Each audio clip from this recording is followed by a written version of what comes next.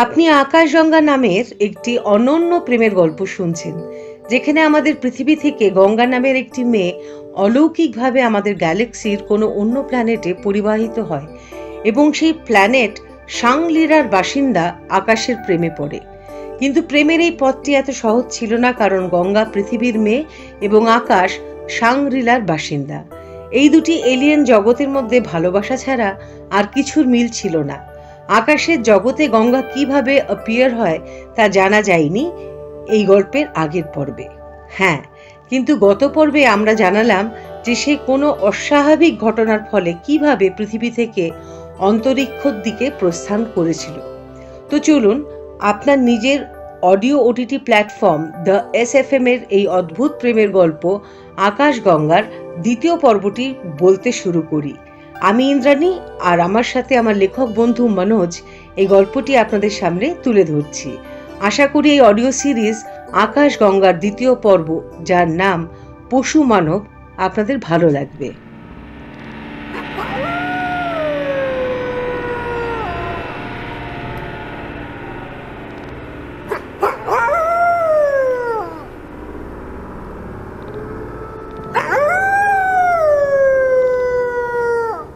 নেকড়েদের কণ্ঠের আওয়াজের শব্দ পেয়ে হঠাৎ গঙ্গার চোখ খুলে যায় এবং সে নিজেকে একটি ঘন জঙ্গলে দেখতে পায়। জঙ্গল এতই ঘন ছিল যে সে সময় দিন না রাত সে কিছুই বুঝে উঠতে পারছিল না। সে কিছু বুঝে ওঠার আগেই নেকড়ের গর্জন শুনে ভয় পেয়ে সে শিগগিরই তার নিজের পায়ে উঠে দাঁড়ালো এবং সামনের দৃশ্য দেখে আতঙ্কে হতবাক হয়ে গেল। তার সামনে 40 থেকে 50টি নেকড়ে তার দিকে কিছু ডিস্টেন্সে দেখা যাচ্ছিল। তারা গঙ্গার দিকেই তাকিয়েছিল তাকে শিকার করার জন্য। 18 বছর বয়সী গঙ্গার পা ভয় কাঁপতে শুরু করে, কিন্তু সে হঠাৎ তার ব্যাগ থেকে তার মোবাইল ফোনটি বের করে এবং সেটাকে একটি অগ্নি অস্ত্রের মতন হাতে ধরে। নেকড়েদের দলকে পিস্তলের মতন পয়েন্ট করে তাদের হুমকি দেওয়ার চেষ্টা করে। গঙ্গা নেকড়েদের দলকে ধমক দিয়ে বলে, এটি একটি বন্দুক এবং যদি তোমাদের মধ্যে থেকে কেউ এক পাও আমার দিকে এগিয়ে আসার চেষ্টা করো তাহলে তাকে আমি গুলি করে খুন করে মেরে দেব। তার কথা শুনে নেকড়েরা তাদের অগ্রযাত্রা থামিয়ে দেয় এবং তারপর ওরা একে অপরের দিকে তাকায় এবং তাদের চোখে চোখে কিছু ডিসকাশনের মতন তো কিছু হতে থাকে। গঙ্গা কিছুই বুঝতে পারছিল না।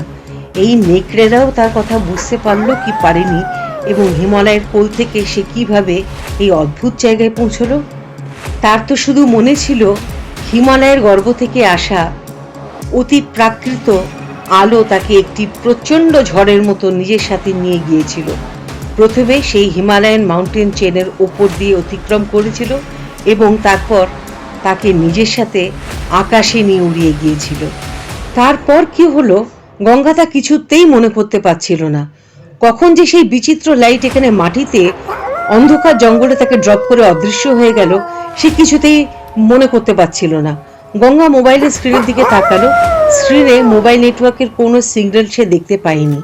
সে তার জিপিএস চালু করে তার অবস্থান জানার চেষ্টা করে, কিন্তু স্ক্রিনে তার অবস্থানের কোঅর্ডিনেটগুলির তো দূরের কথা, সে কেবল একটি ব্ল্যাঙ্ক পেপারের মতন সাদা স্ক্রিন দেখতে পায়। সে তার বন্ধুদের খোঁজার জন্য চতুর্দিকে তাকাতে থাকে, কারণ সেই আলো তাদেরকেও তার সাথে আকাশের দিকে ছুঁড়ে দিয়েছিল এবং তারা সবাই তার মতন বাতাসে দুলছিল। কিন্তু গঙ্গা তার দলের কোনো বন্ধুকে কোথাও দেখতে পাচ্ছিল না। হ্যাঁ, একটি জিনিস সে তার চোখের সামনে স্পষ্টভাবে দেখতে পাচ্ছিল, মৃত্যু, যেটি তার সামনে দাঁড়িয়েছিল এত নেকড়েদের লোলুপ্ত খোলা মুখের মধ্যে। নেকড়েদের নেতা শাকাল আক্রমণ করার জন্য তার পেছনের পা দিয়ে মাটি খনন করে এবং কাছাকাছি কোনো বিপদ আপদ আছে কিনা তা দেখতে শেষবারের মতন তাকায়। কিন্তু তার সমস্ত সতর্কতা সত্ত্বেও শাকাল গঙ্গার পেছনে একটি গাছের ঝোপের মধ্যে কোনো নড়াচড়া দেখতে পায় না এবং সে গঙ্গাকে গর্জন করে আক্রমণ করে। ভয়ে গঙ্গা প্রচন্ড জোরে না বলে চিৎকার করে, যেটা শুনে জঙ্গলের শান্তির বুক ফেটে যায়। সে তার চোখ বন্ধ করে এবং সেখানে বসে তার হাঁটুতে মাথা লুকিয়ে নেয় আর থরথর করে কাঁপতে থাকে। নিজের বেদনাদায়ক মৃত্যুর অপেক্ষায়। কিন্তু কোনো নেকড়ের কামড়ের ব্যথা সে অনুভব করে না, কারণ যে মুহূর্তে সে চোখ বন্ধ করে গঙ্গার পেছন থেকে একটি চিতাবাঘ দেখা যায় এবং নেকড়েদের দল কিছু করার আগেই সে তার মুখে গঙ্গার জ্যাকেটের কলার চেপে ধরে, তারপর একটা লম্বা লাফ দিয়ে তাকে নিয়ে পাশের গাছের ডালে উঠে যায় এবং গঙ্গাকে ওখানে সামনে রেখে দেয়। তারপর আবার লাফ দিয়ে নেকড়েদের দলের মাঝখানে মাটিতে পৌঁছে যায়। গঙ্গার চিৎকার থেমে যায় এবং তার চোখ বিস্ময় খোলা থেকে যেতে বাধ্য হয়, হতবাক হয়ে সে কোনো রকমে গাছের ডালে আঁকড়ে ধরে এবং চোখ মেলে চিতাবাঘটিকে নেকড়েদের দলকে আক্রমণ করতে দেখে। গঙ্গার মাথা ঘুরতে শুরু করে এইটা ভেবে যে এটা হচ্ছেটা কি, সে কি কোনো স্বপ্ন দেখছে? একটা চিতাবাঘ কেন তাকে বাঁচাবে? কিন্তু জ্যাকেটের কলারে চিতাবাঘের লালা এবং তার মুখ থেকে উত্তাপ এই ঘটনার সত্যতার দৃশ্যমান প্রমাণ ছিল। হঠাৎ গঙ্গার মনে পড়ল যে শিকারের পরে সাধারণত চিতাবাঘরা তাদের শিকারকে মুখে নিয়ে একটি গাছে বা কোনো উঁচু জায়গায় উঠে যায়, যাতে অন্য কোনো বন্য প্রাণী তাদের কাছ থেকে তার খাবার কেড়ে নিতে না পারে। এটা তার মাথায় আসার সাথে সাথে সে বুঝতে পারল যে তার জীবন এখনো বিপদের মধ্যেই রয়েছে। এই চিতাবাঘটি তার রক্ষক নয়, বরঞ্চ আরেকটি অন্য ভক্ষক, এবং তাকে এই সমস্ত ভয়ঙ্কর প্রাণীর হাত থেকে যে কোনোভাবে তার নিজের জীবনকে বাঁচাতে হবে। নিচে নেকড়েদের দ্বারা ঘেরা চিতাবাঘটি একটি জোরে গর্জন করে আর তার কাছে দাঁড়িয়ে থাকা নেকড়েটিকে ধরে এবং এক মুহূর্তের মধ্যে তার গলায় দাঁত ডুবিয়ে তাকে হত্যা করে দেয়। এরপর সে নেকড়েদের দলের দিকে এমনভাবে তাকায় যেন তাদের হুমকি দিচ্ছে যে তাদের মধ্যে থেকে কেউ যদি তার শিকারের দিকে এক পাও বাড়ায় তবে তারও একই পরিণতি হবে। চিতাবাঘের একটি চোখ ছিল নেকড়েদের দলের দিকে এবং অন্যটি ছিল তার শিকার গঙ্গার দিকে। গঙ্গা তার ভয়ঙ্কর তাকানো দেখে এত ভয় পায় যে সে তার ব্যালেন্স হারিয়ে প্রায় ডাল থেকে পড়ে যেতে যাচ্ছিল, কিন্তু ও নিজেকে যেমন তেমন করে গাছের ওপর রাখতে সফল হয়। নেকড়ের দলটি তাদের নেতা শাকালের দিকে তাকালো এবং তারা দেখতে পেল যে শাকালও নির্ভয় চিতাবাঘ আর তার শিকার গঙ্গার দিকে তাকাচ্ছে। তারপর শাকাল চিতাবাঘকে আক্রমণ করার জন্য তার নেকড়েদের সংকেত দেয় এবং সে নিজে গঙ্গার দিকে পা বাড়াতে শুরু করে। শাকালের সংকেত পাওয়ার সাথে সাথে দলের অন্যান্য নেকড়েরা চিতাবাঘকে আক্রমণ করে, কিন্তু চিতাবাঘটি খুব শক্তিশালী এবং বিদ্যুৎ গতির মতন সুইফট ছিল। সে আর কয়েকটি মুভে পাশের দ্বিতীয় নেকড়েটিকে মেরে ফেলে এবং তারপর পেছন থেকে আক্রমণ করা তৃতীয় নেকড়েটিকে একইভাবে হত্যা করে যেভাবে সে প্রথম নেকড়েকে শেষ করেছিল। এরপরে চিতাবাঘটি আবার গর্জন করে, নেকড়েদের সতর্ক করে এবং আবার গঙ্গার দিকে এমনভাবে তাকায় যেন সে বলতে চায় যে এটি আমার শিকার, তাই তোমরা সবাই এখান থেকে নিজেদের প্রাণ বাঁচিয়ে পালিয়ে যাও। কিন্তু নেকড়েরা তাদের সংখ্যা নিয়ে গর্বিত ছিল এবং তাই তারাও সেখানেই দাঁড়িয়ে রইল। তারপর এমন সাংঘাতিক ও ভয়ঙ্কর যুদ্ধ শুরু হলো যেটা দেখে ভয়ে গঙ্গার প্রাণ বেরিয়ে গেল। চিতাবাঘের এই নির্মম আক্রমণের মুখে কয়েক ডজন নেকড়ের মৃতদেহ পড়ে থাকে চারপাশে।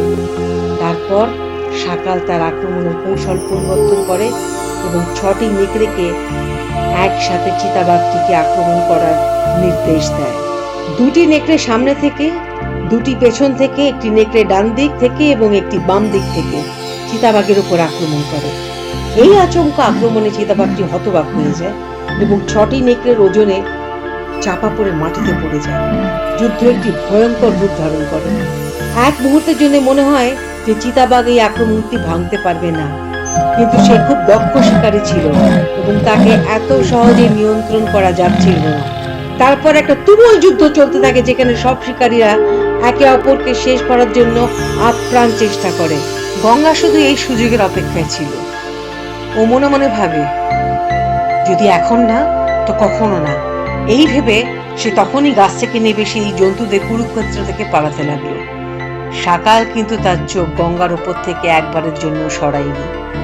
এটা দেখেও ভীষণ খুশি হয় আর সে তার দলের এক নেকড়েকে গঙ্গার পেছনে যাওয়ার জন্য ইঙ্গিত করে, আর সে নিজের দলের অন্য নেকড়েদের এই চিতাবাঘকে শেষ করার জন্য ইশারা করে। কিন্তু সে চিতাবাঘের দিকে ফিরে তাকাতেই দেখে যে তার অনেক সঙ্গীরা বাতাসে উঠছে আর তার দিকেই আসছে। সকাল কিছু করার আগেই সে নিজেই দুটো নেকড়ের ওজনে চাপা পড়ে যায়। গঙ্গা দেখলো যে রক্তাক্ত অবস্থায় চিতাবাঘটি সেই 6টি নেকড়ের থেকে নিজেকে মুক্ত করে নিয়েছিল এবং সে গঙ্গাকে দৌড়তে দেখে যে নেকড়েটি তাকে তাড়া করেছে সেদিকে এমন দ্রুত গতিতে এগোলো যেমন ধনুক থেকে তীর। চিতাবাঘ এক লাফে সেই নেকড়ের ঘাড় ধরে ভেঙে আর সময় নষ্ট না করে দ্বিতীয় লাফে পেছন থেকে গঙ্গাকে ধরে ফেলে। গঙ্গা মাটিতে পড়ে গিয়ে পেছন ফিরে দেখে সে মুহূর্তে তার সামনে কিন্তু একটি চিতাবাঘ নয়, বরঞ্চ স্বয়ং যমরাজকে সে দেখতে পেল। চিতাবাঘ গর্জন করতে করতে মুখ খুলল এবং গঙ্গা মৃত্যুর ভয়ে চোখ বন্ধ করল। গঙ্গা শুধু অনুভব করল যে কেউ আবার তার জ্যাকেটের কলার ধরে তাকে বাতাসে ছুড়ে দিয়েছে। কয়েক মুহূর্ত বাতাসে থাকার পর ধপাস করে আবার সে কোথায় পড়ে গেল। গঙ্গা যখন তার চোখ খুলল তখন দেখতে পেল যে চিতাবাঘটি তখনও তার উপরে রয়েছে। তার চোখ থেকে যেন আগুন বার হচ্ছিল। গঙ্গা তাড়াতাড়ি আবার নিজের চোখ বন্ধ করে নিল। চিতাবাঘটি তার শিকারকে নিয়ে আবার সেই একই গাছের নিরাপদ ডালে ফিরেছিল। সে আবার নিচের দিকে তাকিয়ে দেখল শত্রু সেনাও তাদের নেতা সকাল আবার আক্রমণ করার জন্য প্রস্তুতি নিচ্ছে। চিতাবাঘ জানতো যে এই বন্য কুকুরগুলোকে মেরে না ফেলার আগে সে তার শিকার উপভোগ করতে পারবে না। যত তাড়াতাড়ি সম্ভব তার শত্রুদের চেকমেট করার সময় এসেছে এবং এই জন্য এই দলের নেতার মৃত্যু হওয়া খুবই প্রয়োজন ছিল। সে সকালের চোখের দিকে তাকিয়ে নিজেই গাছ থেকে লাফ দিয়ে সকালের কাছে গেল। কিন্তু এবার তাদের সতর্ক করার চিতাবাঘটির কোনো ইচ্ছে ছিল না। তারা মৃত্যু চেয়েছিল, তাহলে তাদের মৃত্যুই দিতে হবে। নেকড়ের দলটিও আক্রমণ করে এবং প্রায় আধ ঘন্টা ধরে মৃত্যুর খেলা চলে, যা নেকড়ের নেতা সকালের মৃত্যুর পরে শেষ হয়। চিতাবাঘটি তার ধারালো নখ দিয়ে সকালের বুক চিরে ফেলে দেয়। দলের অন্য নেকড়ে তাদের নেতাকে এরম অবস্থায় দেখে নিজেদের লেজ গুটিয়ে পালিয়ে গেল আর একটি জোরে গর্জন করে চিতাবাঘ এই যুদ্ধে বিজয় ঘোষণা করল। এই সময় ভয়ে গঙ্গা গাছের অন্য ডালে লুকোনোর চেষ্টা করতে থাকে। সে নিশ্চিত ছিল যে ও শীঘ্রই এই ভীষণ যুদ্ধের বিজয়েতার খোরাক হতে চলেছে। গঙ্গা বুঝতে পারছিল না এই বর্বর জন্তুর হাত থেকে সে কিভাবে পালাতে পারবে, কিন্তু তারপরেও সে গাছে উঠে কিছু পাতার আড়ালে লুকোনোর চেষ্টা করল। গঙ্গা অন্য কোনো কার্যকারী করার চেষ্টা করার আগেই চিতাবাঘটি তার দিকে ঘুরে দেখল। তার মুখ রক্তে রঞ্জিত এবং তার সোনালি তীক্ষ্ণ চোখ গঙ্গার দিকে তাকিয়ে। গঙ্গার রক্ত জমাট বেঁধে গেল এবং সে ভয় আবার থরথর করে কাঁপতে শুরু করলো।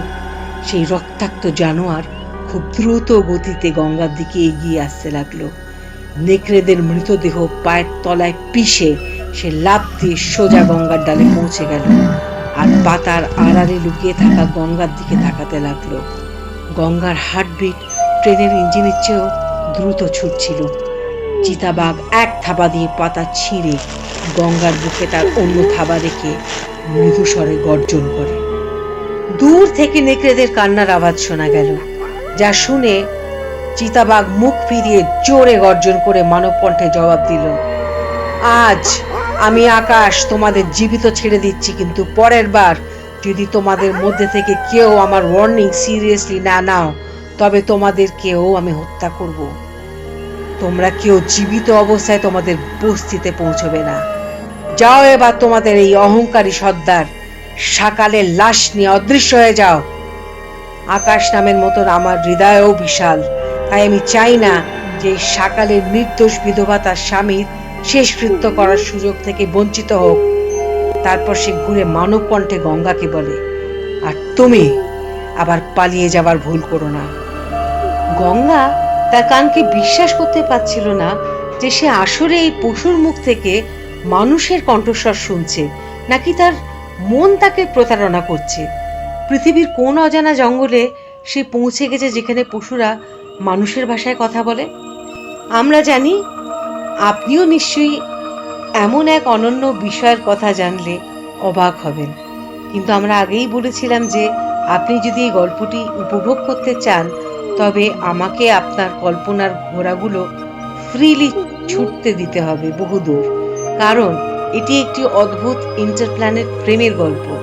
আমরা আশা করি আপনি আকাশগঙ্গা নামের এই অডিও সিরিজের দ্বিতীয় পর্বটি পছন্দ করেছেন, যেখানে আমরা আপনাকে সাংগ্রিলার পশুমানব আকাশের সাথে পরিচয় করিয়ে দিয়েছি।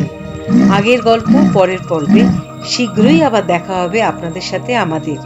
আমাদের মানে আমি ইন্দ্রাণী এবং এই গল্পের লেখক মনোজ, এখানেই আপনাদের প্রিয় audio OTT platform the SFM A.